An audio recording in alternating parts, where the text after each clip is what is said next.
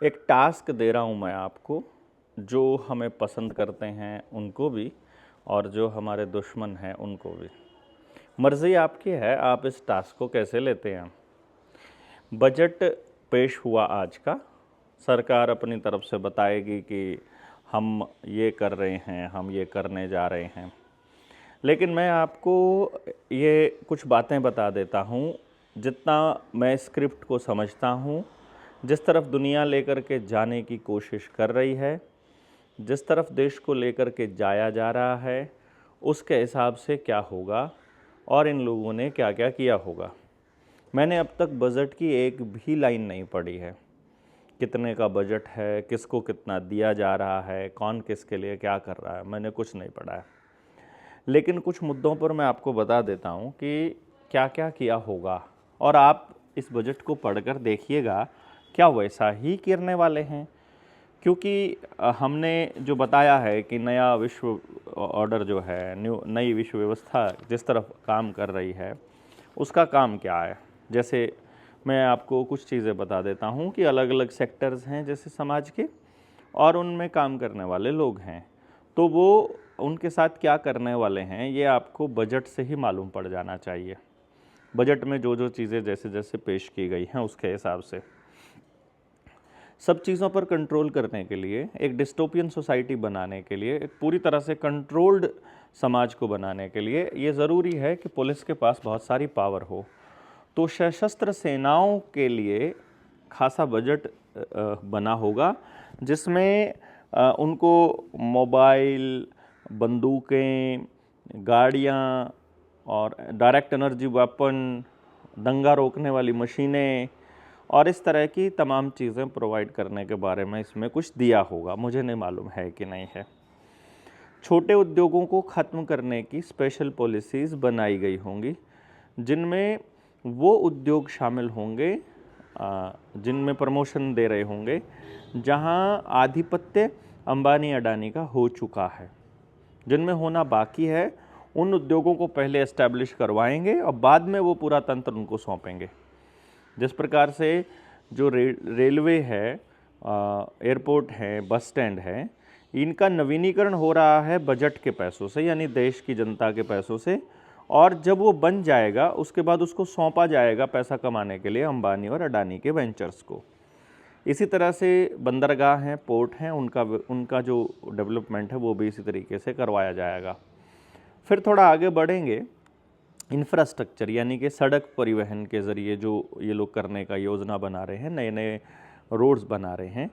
पिछला जो कर्जा है उसको चुकाने का कोई प्रोविज़न इसमें नहीं होगा। जो वर्ल्ड बैंक से कर्जा लिया है उसका ब्याज भी चुकता करने का भारत के पास कोई इंतज़ाम नहीं है। क्या गिरवी रख के लिया है वो ये नहीं बताएंगे, लेकिन इतना तय है कि वर्ल्ड बैंक से अगला कर्जा मिलेगा जब ये पिछले इंफ्रास्ट्रक्चर वाले जो सिस्टम है ये पूरा का पूरा काम करने लग गया होगा। तो ये भी तय है कि नए इंफ्रास्ट्रक्चर्स के लिए लोन लिया जाएगा और उसमें इस बजट में एलोकेशन की जाएगी और पैसा दिया जाएगा। फिर जो पारंपरिक खेतियां हैं जिन पे अडानी का कब्जा हो गया है, जैसे पहाड़ की बात करें, पहाड़ में सेब का जो इंडस्ट्री है वो पूरा का पूरा अडानी के अंडर में आ चुका है, और अब वही तय करता है वहाँ के किसान को कितना रेट मिलेगा उसकी सेब का।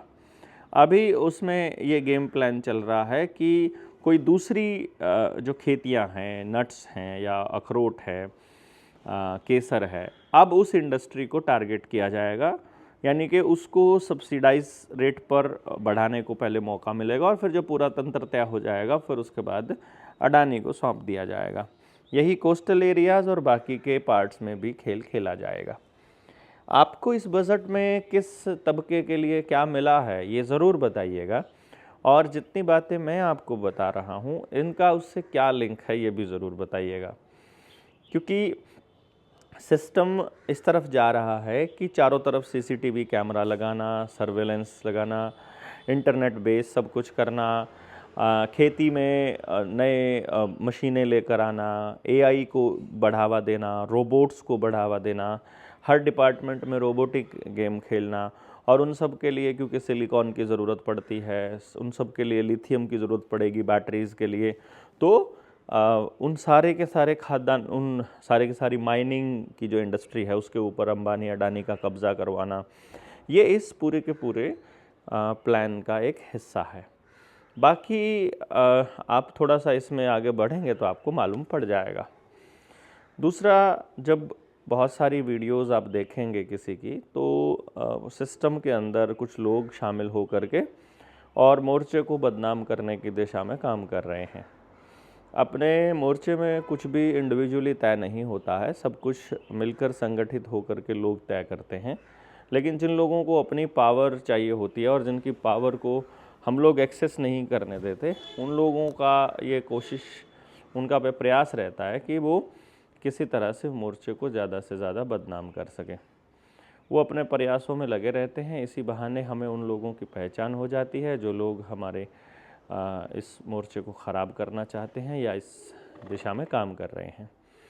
और फिर जो ये रुपए वाले मसले पर हमने काफ़ी समय से बोला है, आप सबको बताया है, तो देश में मुआवजे के लिए ख़ास तौर पे हाई टेंशन लाइंस जो बिछ रही हैं, HTL जिनको बोलते हैं, उनका सबसे बड़ा नुकसान तो ये हो रहा है कि ज़मीनें बंजर तो हो ही रही हैं, साथ के साथ गाँव में जो नपुंसकता है डंगरों में भी और इंसानों में भी, वो बढ़ती जा रही है। और उसके मुआवजे को कमर्शियल यानी कि मार्केट रेट पर रखने की जो वकालत किसान नेता कर रहे हैं, वो लोग ये भूल जाते हैं कि उनको सिर्फ खाते में डिजिट ट्रांसफ़र करने हैं। और वो डिजिट अभी फ़िलहाल क्या हो रहा है, नए नए किसी गांव में कोई केस आया, जैसे उनकी ज़मीन आ गई, पुराने टाइम से बहुत गरीब थे, उन्होंने वो ज़मीन बेच करके कहीं दूसरी ज़मीन ले ली। ये 100 में से 10 केस ऐसे मिलेंगे जिन्होंने ज़मीन बेच करके ज़मीन ले ली हो। बाकी के 90 केसेस में शहर में प्लॉट ले लेंगे, मकान ले लेंगे, दुकान ले लेंगे, बड़ी गाड़ियाँ ख़रीद लेंगे, रिवॉल्वर का लाइसेंस ले लेंगे और तमाम तरह की सुख सुविधाएं ले लेंगे और दिखावा थोड़ा करना चालू कर देंगे, तो कुछ दिनों बाद वो भी बर्बाद हो जाते हैं। इसी तरह के घटनाक्रमों में आप अपने आसपास किस तरह के लोगों को देखते हैं, ये ज़रूर बताइएगा। और देखिएगा कि इस तरह की घटनाएं कहीं आपके मतलब आपके गांव में तो नहीं हो रही हैं। तो वो जो लोग अभी बेच करके ज़मीन ले रहे हैं, वो भी एग्ज़ाम्पल बन रहे हैं, और जो दूसरी चीज़ों में खर्च करने हैं वो भी एग्ज़ाम्पल बन रहे हैं। वो एग्ज़ाम्पल्स इस तरह से बनेंगे आगे कि देखो इन्होंने किया था तो ये किया था तो इनकी तरक्की हो गई, इन्होंने ये नहीं किया था तो ये डूब गए। लेकिन अल्टीमेटली जो ज़मीन है वो छोटे चंक ख़त्म हो करके बड़े चंक में तब्दील करना इनका काम है कि पहले 5-5 एकड़ वाले लोग ले लें, फिर 5 एकड़ वाले जब बेचने लगेंगे उसको 10 एकड़ वाला ख़रीदेगा, फिर जब वो बिकने लगेंगे तो 100 एकड़ वाला ख़रीद लेगा। और इस तरह से जो इंडस्ट्रियलाइजेशन है, जिस तरह से बड़े उद्योगों को कब्ज़ा करने वाला जो गेम है, वो उसमें वो कामयाब हो जाएंगे। तो ज़मीनों के मुआवजे जो हैं आप जब भी लें उसको रुपए में लेने की कोशिश करें। उनको बोलिएगा हमें बैंक नोट नहीं चाहिए, हमें डिजिट्स नहीं चाहिए, हमें रुपया दे दो, बेशक हमें 5,000 रुपये में दे दो। रुपया क्या है इससे आपको पता चलेगा, देश को पता चलेगा। लेकिन कोई अगर ये रिस्क ले सके, कोई किसान नेता अगर ये रिस्क ले सके तो कुछ बात बने। अदरवाइज़ फिर हम जो JSM वाले घूमेंगे, जब हम अपना मिशन जब आगे बढ़ाएंगे तब हम समाज को बताएंगे कि असल में रुपया हम क्यों मांग रहे हैं और लोगों को हम क्यों कह रहे हैं कि आप हमें रुपया ही दे दीजिए। ये रुपये वाला खेल थोड़ा सा अटपटा लगेगा। बाकी किताब आ रही है, 23 मार्च की तैयारी जारी रखिएगा। आप सबके सामने बहुत बड़े लेवल पर तैयारियां चल रही हैं। जय हिंद, जय भारत, जय जोहार। आप सबका इंतज़ार है कि आप कमेंट में क्या लिखते हैं। आपके कमेंट में लिखी गई चीज़ें बड़ी काम की होंगी।